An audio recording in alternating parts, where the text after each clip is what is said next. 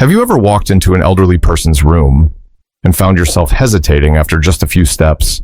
Not because something was out of place, the room was tidy, everything neatly arranged, but there was a scent in the air. One that made you pause. It wasn't an unpleasant smell, and certainly not a fragrance you'd call inviting either. It was the smell of time itself, woven into the blankets, soaked into the pillows, lingering in the crevices of old wooden furniture, and quietly resting in the stillness of the air. A hint of ointment, a trace of damp fabric, a whisper of memories long past. Faint, yet enough to make a younger visitor think twice before stepping closer. Older folks may no longer notice it clearly, but to their grandchildren, it can sometimes be a barrier standing between them and a hug. That day, 9-year-old Ellie went with her mother to visit Grandpa Joe, who had been living alone since Grandma passed. But unlike usual, Ellie didn't run into the room with her usual cheer. She stopped at the doorway, her face subtly tightening. "Mom, Grandpa's room smells like the hospital," she whispered, quiet enough to be polite, but loud enough for Grandpa Joe pouring tea in the kitchen to hear. There was no malice in her words, but they landed like a soft tap on old memories. That night, Grandpa Joe couldn't sleep. He wiped the tables, washed the linens, opened the windows, spritzed a little of Grandma's old perfume. But no matter what he did, the scent lingered. Not sharp, not overwhelming, just present. Like something time had left behind in the quiet corners of his life. Curious, I began to dig deeper and discovered something few people know. There's a compound called 2-non-enol, a byproduct of the natural aging process. It forms when the skin releases older, more easily oxidized oils. The smell is subtle, but stubborn, and it's the root of what we often recognize without quite knowing how to name it as the old person smell. It's not about being unclean, it's not poor hygiene, it's simply the body changing. A study in Japan found that over 90% of people aged 60 and above accumulate 2-non-enol on areas like the back of the neck, the chest, the back, and the underarms. And the kicker. Regular soaps and perfumes can't wash it away because it originates from deep within the skin, from the very biology of aging. Dr. Elaine Richardson from Harvard once said, "The scent of age isn't something to be ashamed of. It's the trace of a life well lived. But that doesn't mean we can't soften it so that hugs and handholds don't hesitate." And that brings us to an important question. Are we caring the right way? Do we take a moment each morning to gently clean the back of our parents' necks? Do we notice the parts of their skin they can no longer reach on their own? Or do we stop at making sure they're fed and rested, forgetting how they might feel when someone comes close? Here's the good news. This scent can be softened, and to do that, you don't need expensive creams or fancy products. Just a warm cloth, a few gentle minutes each day, and a bit of mindful care.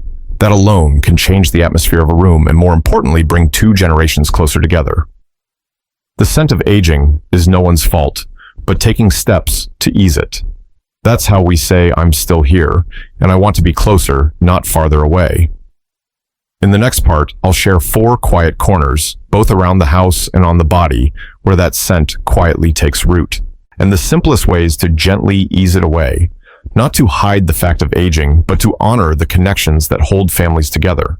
If the body were a house, then the back of the neck would be like the front porch, constantly exposed to the wind, the sun, the dust, yet often overlooked. You may wash your face thoroughly, brush your hair daily, but when was the last time you really cleaned the nape of your neck in the morning?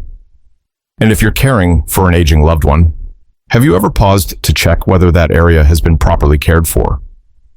According to recent geriatric studies, including a report from the Japanese Institute for Aging Research, in one of the most rapidly aging nations, the nape of the neck is one of the top places on the body where 2-non-enol tends to build up after age 60. This compound is formed when unsaturated fatty acids in the skin's sebaceous glands begin to oxidize.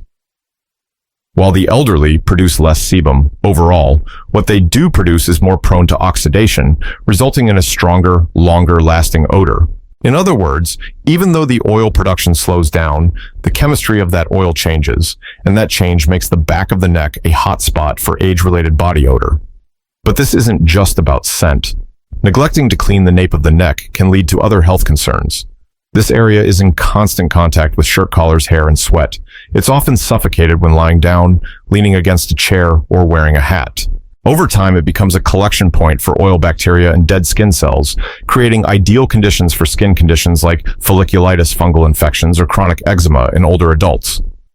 For seniors with weaker immune systems or limited mobility, the area can even develop mild pressure sores, small wounds that often go unnoticed until they become serious. Dr. Emma Harris, a geriatric specialist at the University of Michigan, once shared, "Many caregivers focus on meals and medications, but forget the back of their mother's neck. We've seen that just keeping that one small area clean each day." Not only reduces odor, it makes patients feel more comfortable, more awake, and more confident when loved ones are near. So what's the solution? It's surprisingly simple. You don't need to take a full-body shower every day. In fact, doing so with hot water too often can actually harm aging skin. Instead, prepare a soft cloth and a bowl of warm water with a pinch of baking soda or a few drops of an antibacterial essential oil like tea tree or lavender. Morning and evening, gently wipe the back of the neck, moving from the hairline down toward the shoulders. No harsh scrubbing, just soft, careful strokes. Then dry the area with another clean cloth. For seniors who are less mobile, you can schedule this quick cleaning twice a day. It takes less than 2 minutes each time, but it brings all-day comfort, freshness, and confidence. Are you watching this video alone or with someone you care about? If your thoughts just went to your parents, or perhaps to yourself, try this small act tonight. Just a clean cloth and a few quiet minutes, and you might erase more than just an unpleasant odor. You might also dissolve that invisible distance that sometimes grows between generations, because at the end of the day, a full embrace should never be interrupted by a forgotten patch of skin. Now let's continue our journey exploring the hidden trouble spots on the body where unpleasant odors often linger unnoticed. After the back of the neck, home to active sebaceous glands, the deep underarm area is next. It's one of the most persistent sources of body odor when not cared for properly. The underarms are naturally warm enclosed spaces with a high concentration of apocrine sweat glands.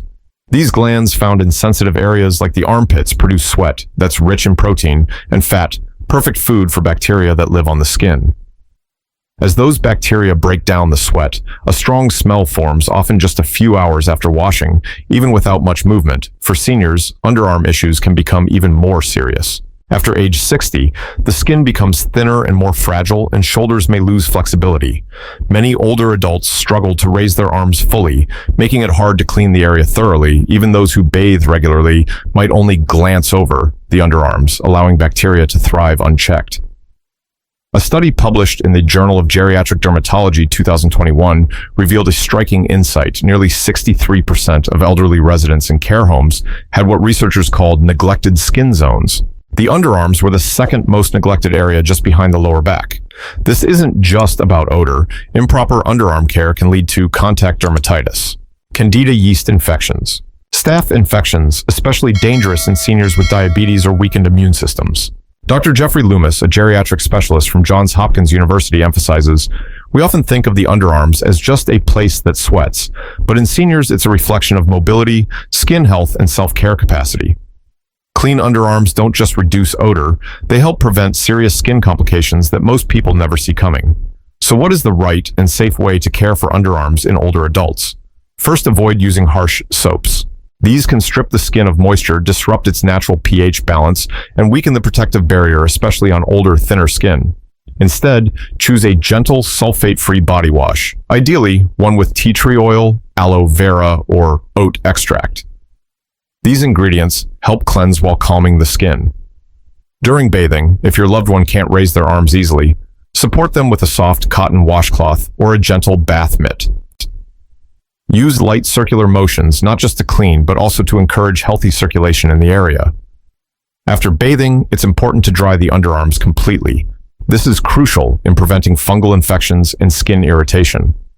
If necessary, you can apply a thin layer of baking soda or talc-free body powder to keep the area fresh and dry throughout the day. For those who sweat more than average, armpit liners made of cotton or bamboo are an excellent option. They're soft, breathable, and can be swapped out throughout the day without irritating delicate skin. Let me ask you this. When was the last time you checked your mom or dad's underarms? Are you sure they have the flexibility to clean there thoroughly every day? And if it's your own body, do you feel fully at ease having someone close to you? If you haven't yet had the chance to properly dry that tender spot beneath your arm, don't wait until there's an odor to take action. A simple daily habit like carefully cleaning the underarms can be the key to helping your loved one feel comfortable, clean, and confident when family and friends come to visit, and if you're caring for someone older, or you yourself are gracefully aging. Try this tomorrow, gently, respectfully. With love, because cleanliness isn't just about eliminating odor, it's about preserving closeness. If the back of the neck is where time leaves its mark, and the underarms are where bacteria quietly thrive, then the back, especially the upper back and shoulders, is the place most seniors struggle to clean well on their own. It's a wide surface tucked behind the body, requiring flexibility in the shoulders, arms, and spine to reach. And that's exactly why even those who bathe daily often unknowingly neglect this area for weeks at a time. Think about it. Each day we lean back into chairs, sofas, pillows, and mattresses. Sweat, natural oils, and dead skin cells quietly collect in the places that are pressed against these surfaces and not well ventilated. The shoulder blades in particular are often covered by sweaters, blankets, or cushiony backrests, creating the perfect environment for bacteria and fungi to multiply. Even more concerning is this. The sebaceous oil glands in the back continue to be active well into old age, just like those on the face. So even as our skin changes, this area still produces oils that can contribute to odor if not properly managed. A clinical study published in the Journal of Aging and Dermatology 2020 found that over 70% of adults aged 65 and older had significant buildup of two non-enal and anaerobic bacteria in the back region, especially between the shoulder blades, where reaching is most difficult without help. And here's what's more alarming. This buildup is one of the top contributors to the lingering senior room odor that many families notice but don't always understand. The smell is particularly strong when the back frequently contacts pillows, mattresses, or chair backs without proper cleaning, because sometimes a clean back is the first step toward a heartfelt embrace. Take a moment, close your eyes. Picture the room of an elderly loved one, maybe your father, your mother, your grandparents, or perhaps your own room.